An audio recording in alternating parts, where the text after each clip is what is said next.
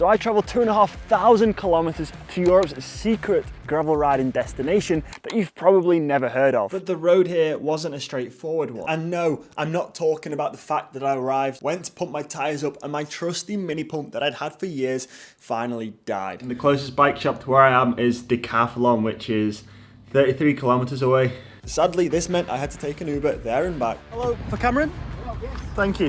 Which came at a total cost of €45. But hey, what can I do? Now, 6 months ago, I managed to fall off my bike and break my wrist. In turn, I required an operation to have a metal plate and 8 bolts attached. But as a wise man once said, it could always be worse. Fast forward 6 months, it's now November. I've got a fully operational, well, mostly operational wrist, but I'm able to ride my bike again, and that's all that matters. One of the downsides to Madeira, because it's so hilly, you've got all these different microclimates as the clouds are trapped between the mountains. So one minute you've got beautiful sunshine, the next it looks like it's gonna pour down. Madeira is a small Portuguese-owned island situated in the North Atlantic Ocean. It's around 400 kilometers north of the Canary Islands and 500 kilometers west of the Kingdom of Morocco. It's actually nowhere near Portugal. Madeira is known for its hiking due to the topography. The roads are flipping steep. We're at 25%. And the final fact about Madeira that I want to share is it was the birthplace of arguably one of the most decorated, one of the most successful, and one of the biggest athletes in the entire world. I mean, yeah, there's a museum about him. I mean, the airport is named after the guy. It's insane.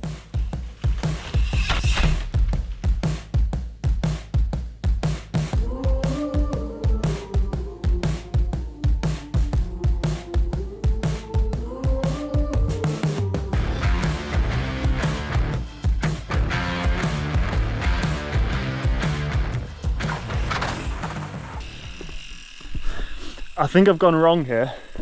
So just down there, below them trees, the path is there. But I decided to ride along the little ravine here. Ah, okay. I was gonna climb over this one, but I can see 1, 2, 3, 4, at least 4 more trees that have fallen over. That's gonna take too long. I wanted to ride along this concrete ledge, but it seems like nature disagrees.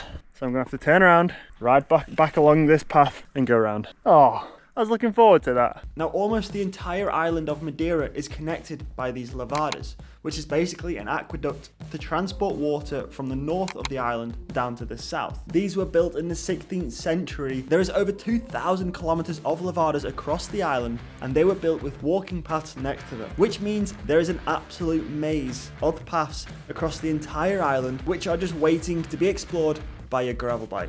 This video has been made possible thanks to Vivero. Later on in the video, I'm going to be using the Asioma Pro MX2s to try and pace myself and produce enough power to take a Strava KOM on this beautiful island. The Asioma Pro MX2 is the lightest power meter you can buy for off-road cycling. All of the electronic components are safely housed inside the spindle and removes any chance for external factors to come into play. They are charged via the included magnetic charging housing, and this provides 60 hours of use. Due to creating content across different disciplines, I'm often changing my pedals between bikes. That's where the Asioma Pro MX2s come in perfect. Simply remove the power pedal from one bike, apply a thin layer of lithium grease to the spindle thread, manually screw in the pedal as much as you can, and finally securing it tight with a 15mm wrench. Then the final thing you want to do before heading out riding is manually calibrate it, and you're good to go. Taking a quick break, having a breather, but it almost feels like right now we could be in a forest somewhere in the north of England, you know? It's like a northern forest, but just warmer, like it's green.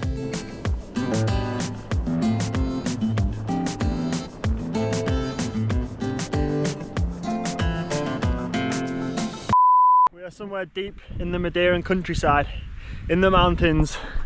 You can see the coast.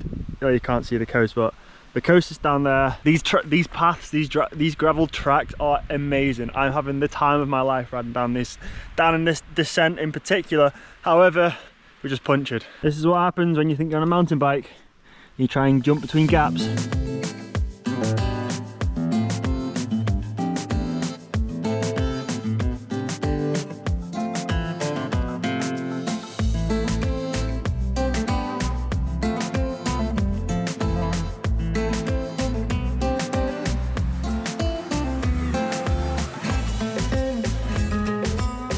This GoPro is not going to do this view justice, but as I was riding down the tarmac there, I got to this corner and I had to stop because the view down to the coast is just it's ridiculous.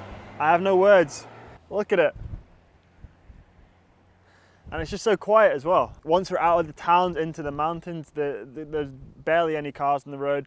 You have the odd one or two. I spent the remainder of my first day here in Madeira just meandering my way around the island's roads. Granted, there's not many flat roads on this island. However, the quality of the asphalt, the scenery, the lack of cars on the roads, it really is stunning. I almost didn't want this ride to end. But I need to get home, rest up, because tomorrow we have a challenge on our hands.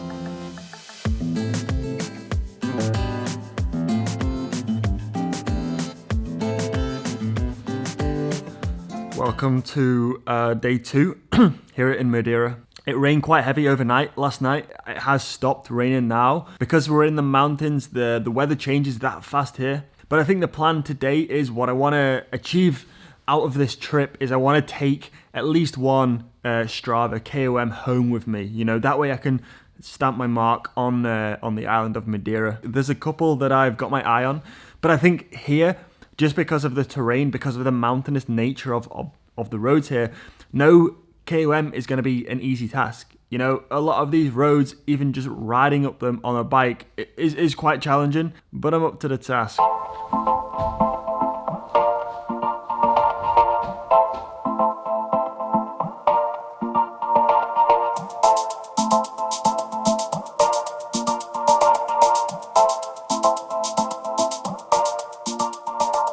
I just climbed up this horrifically steep road from the coast all the way down there, and the start of the Strava KOM that I'm going to attempt this morning is where the road turns to dirt. Just there, as you can see. The Strava segment in question follows this gravel track. It's 1.2 kilometers in length with an average gradient of 10%. The current record is 10 minutes 30, and that is the time that we're going to try and beat. I'm just going to recalibrate my Asiema Pro MX2 pound meter to make sure all my data is 100% accurate and correct. Calibration complete. Let's go and hurt myself. All right, I'm just gonna hit the lap button as we start here. Let's go.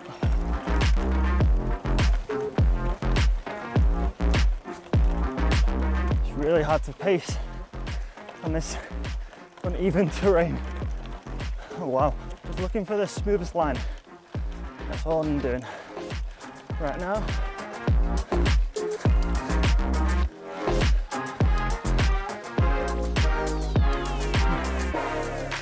Oh yeah, a little decline, descent.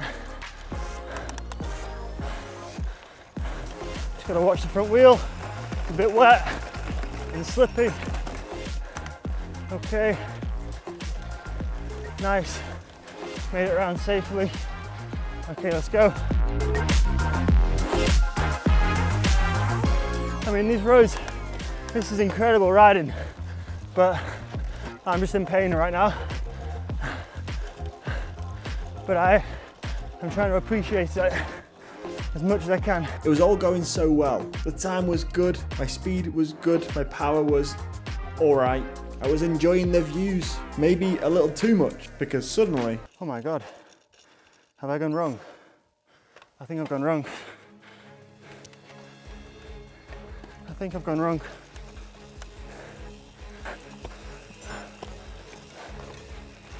Okay, here, left. Back on track. Losing time. Losing time.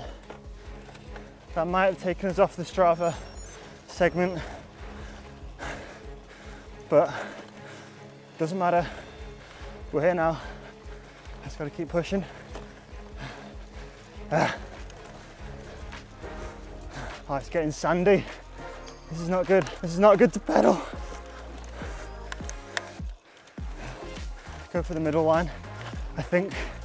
Yeah, keep it moving. Come on.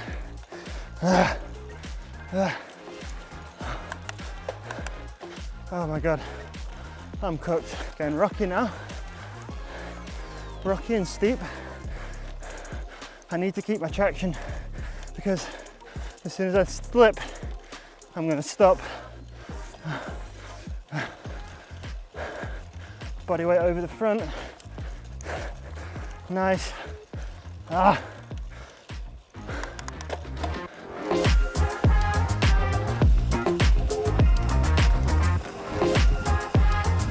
Oh, here's the finish.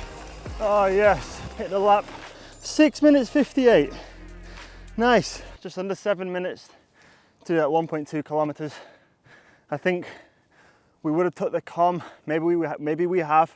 I did go the wrong way. If I have taken it, I'm going to put it on the screen right now. But in the midst of that, just trying to get to the top as quick as I can, I had no idea what was presented to me at the top. This is insane. Look at this. Oh my God. That is literally like a, I don't know, 1,000-foot drop maybe. That's insane. I'm glad my brakes worked. Sadly, I only had 2 days in Madeira and I was unable to explore the island to its full potential. In terms of what you're riding on, it doesn't get much better. If you enjoy hills and you don't mind the odd change of climate, Madeira really is a haven for off-road cycling. It definitely doesn't have the infrastructure or network that other more traditional popular cycling destinations will have. I think this was highlighted on the first day when I needed to do a 60-kilometer round trip just to buy a bike pump. But with a few small changes, who knows? Maybe Madeira will be your next cycling destination. See you next time. Home to the mountain, and soon, my friend, you'll see.